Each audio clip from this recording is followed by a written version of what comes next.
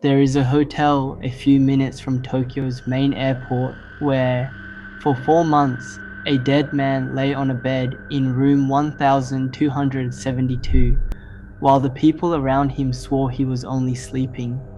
I know how that sounds. Did not make it up. And the part that should bother you is this. You can still book that room tonight.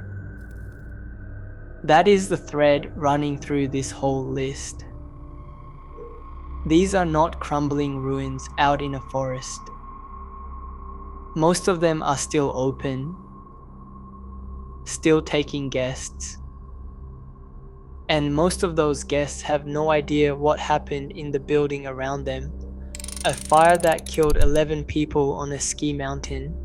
An inn where 8 men were cut down in a single night.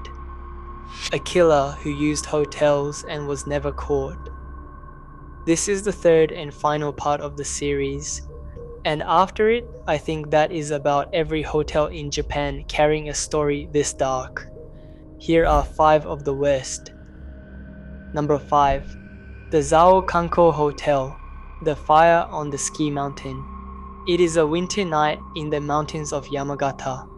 Deep snow outside, and inside one of the hotels of the Zo Hot Spring Resort, smoke is starting to move through the halls. It is February 21st, 1983. The building is full of guests who came here to ski and to soak in the famous hot springs. The suspected cause is a single electric heater.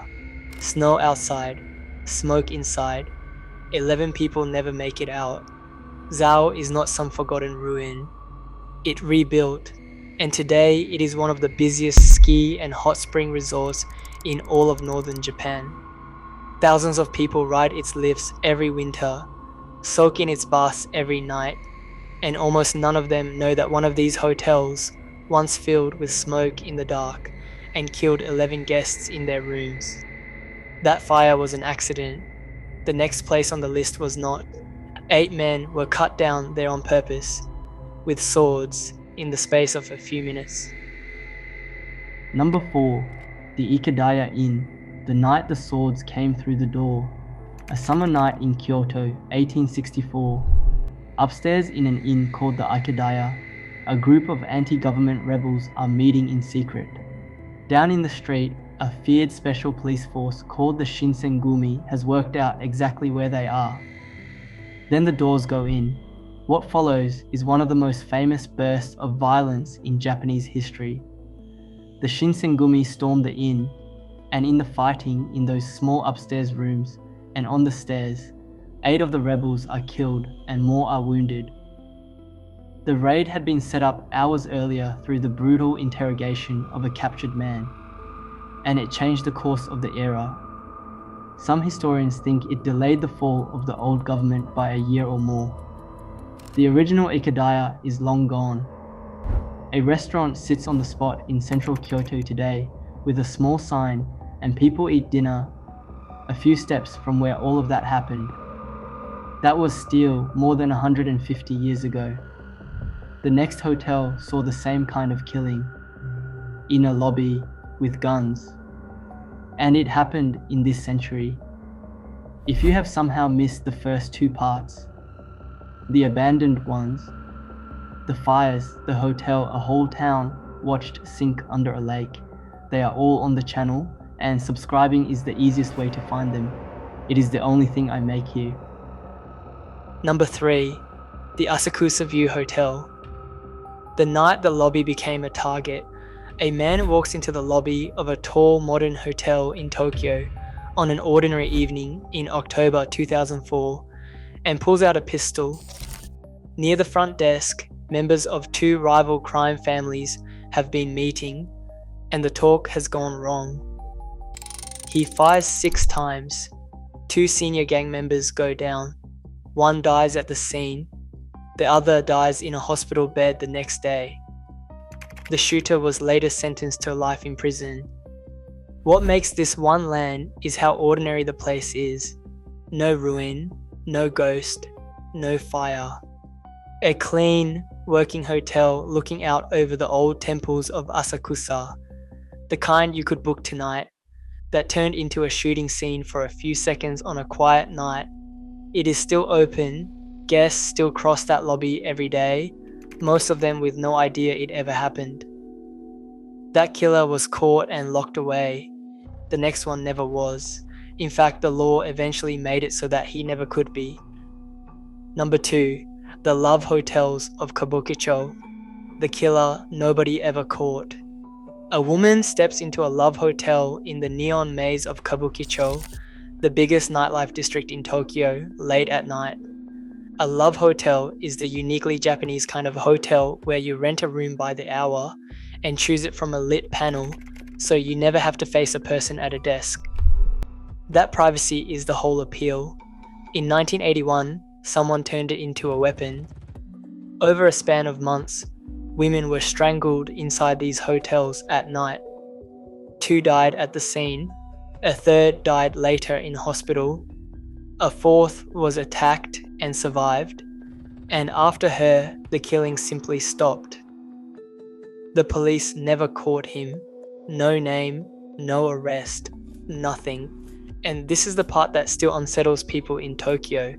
Under Japanese law at the time, murder had a time limit, and one by one in 1996, the cases crossed it. After those dates, even if the killer walked into a police station and confessed on camera, he could never be charged. In the eyes of the law, he is free, right now, somewhere, and the hotels are still open every night. Before I get to number 1, do me one quick favor and tap the like button. I am just getting this channel going, and it helps more than you would think. The Kabukicho killer was never found. At number 1, they did find the body. It just took 4 months, and the people sitting beside it still would not admit that he was gone. Number 1. The Marroad Hotel, room 1272. The guest the cult would not bury. Police push open the door of a hotel room near Narita Airport in November 1999, and in the candlelight they find a man on the bed in a bathrobe, mummified. He has been dead, the coroners will say, for around 4 months. This is how he got there. That June, near Osaka, a 66-year-old man slipped and hit his head. After barely 2 weeks in hospital, his son, a member of a group called Life Space, checked him out and brought him all the way to this hotel room so the group's leader could give him a healing he called Shakti Pat, a touch on the head that was supposed to cure anything. The leader, a former accountant who had remade himself into a guru, taught that death was not really death, so when the man died, no one called anyone. They kept paying for the room. They sat with the body in the dark, by candlelight, and waited for him to wake up. The guru was arrested, and a court later convicted him of murder. And the Marroad is still open. It is a normal, decent airport hotel with normal, decent reviews. But ask quietly about room 1272, and people tend to go still. That is the part I cannot verify, and I am not going to pretend I can. But guests who sleep in it keep saying the same thing. They hear sounds in an empty room and feel someone in there, waiting with them in the dark. And that is the end of the series. 3 videos, and I think that is about every hotel in Japan with a story dark enough to belong on one of these lists. Here is what stayed with me, looking at all of them together. In most countries, the frightening hotel is the old, abandoned one, a ruin you have to go looking for. In Japan, the ones that unsettle me most are the opposite. They are open, they have a front desk and clean sheets and a good rating, and the terrible thing that happened is just folded quietly into the building's past, while new guests check in on top of it every single night. You could have slept in one of them and never known.